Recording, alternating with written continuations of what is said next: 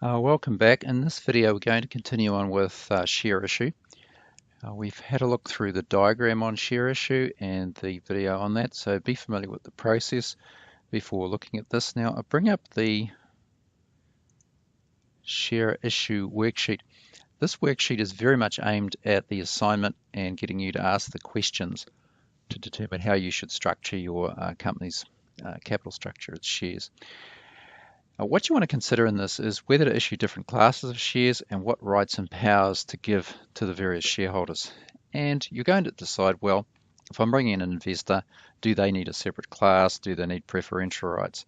If after a share issue, for example, I'm going to be a minority shareholder, do I want to retain powers to appoint directors? These are simple control issues. Now, the purpose of using different classes is to give different rights. Remember, you must have different classes if you're going to create different rights for different shareholders, and each person within those classes will get the same rights. So we have multiple objectives, and you must decide the priority of those. When we talk about how to set this out, one option is to use a table. Now, this is very brief, and it's just a few of the issues I'll look at. I certainly won't complete it. But one of those is, for example, control. Now, what do we use for control? Sections and procedures. It's probably the best way to put this. Now, in control, we have our shares. We have our classes. We have power of directors. Now, what you need to do is explain this. How will it work? What effect on your business plan? And therefore, what are you going to do? Are you going to have changes in constitution? Right. What rules will you apply? Exit, for example, would be another one. So what have we got there? We've got redeemable shares. Right. Section 68 was one of them. All right. We've got the rules in the Constitution, which we can put in about liquidation. All right. So again, we do exactly the same thing. How does that affect your business? What does it mean for you? And what will it result in? So our action plan there might be to create classes with redeemable shares.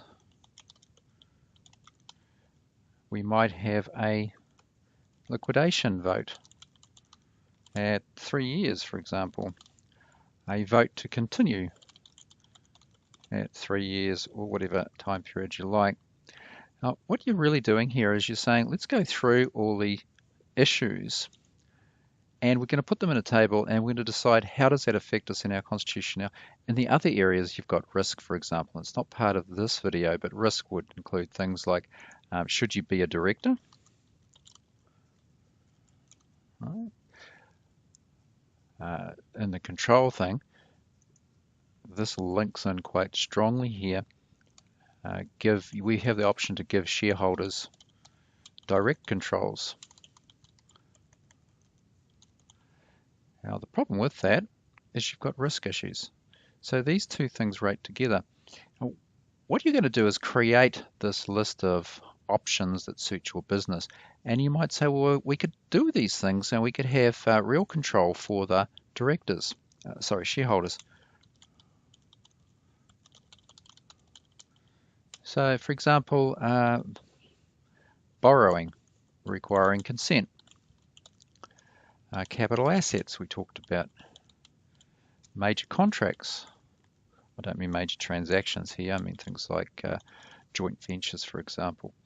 Now the problem is when you have the risk here, we have a high risk issue. So if we wanted to limit the risk, we would not be a shareholder direct control.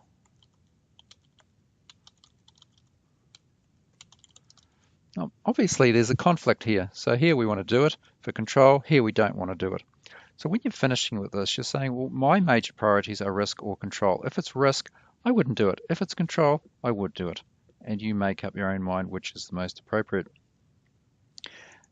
Going back to our worksheet here, just follow a few things through. Shares and powers and rights given to classes can be used for all sorts of things. And so these are meant to be simply some examples. Return on investment, how profit is paid, who gets paid first. So that's preferential shares. How much paid to each class.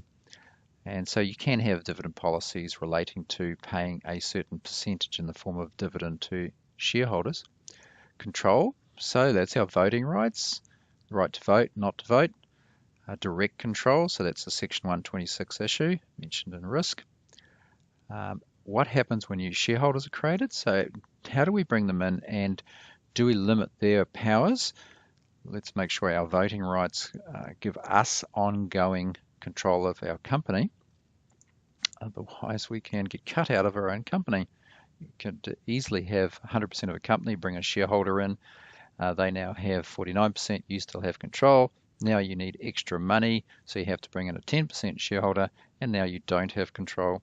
They get together, vote you off the board, and now you're simply an observer in your own business. Do you want new shares? Changing the voting, should you stop more shares be issued, and therefore have the right to require the directors to get your consent to any new shares? But again, that limits the ability of the company to raise capital. You could change the voting rights and change the percentages. You could increase the special resolution, for example. Do you want to make it have to liquidate so that you have an exit point? Exits, redeemable shares. Can you sell the shares? Are you going to allow people to exit by selling the shares? Are you going to include a preemptive right in your constitution? So if people want to exit the business, they have to sell to the other shareholders first. And do you want a valuation process? Now, made a point here, you do not need to look at convertible securities. So when you look at redeemable shares, the person buys shares, and the shares have attached to them a right to ask the company to buy the shares back. Now, we do have that reverse issue where the shares are issued on the basis that the company has a right to buy them back from the shareholder. Now, another way of putting money into the company is to loan money to the company, which we call a security in this sense, and have the option to convert that loan into shares. This is quite appealing for a lot of people because they are a creditor of the company, which gives them a certain amount of control in the sense that they're owed money. But if the company is performing well and the value of the equity would exceed the value of the debt long term, then they exercise a right to convert that loan into shares.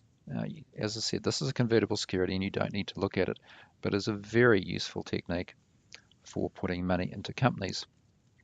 So in this part of the assignment, list out all the objectives you're looking at, indicate what tools are available to achieve those through the Companies Act, which is really the sections, shareholders agreements potentially, the Constitution.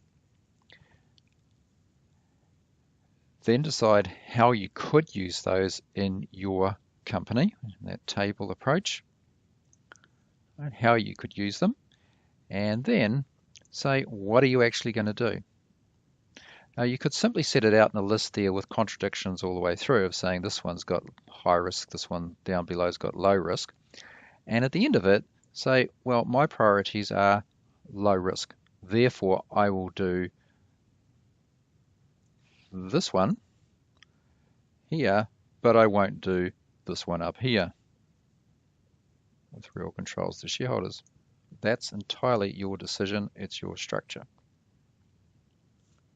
Okay, we'll finish this one here.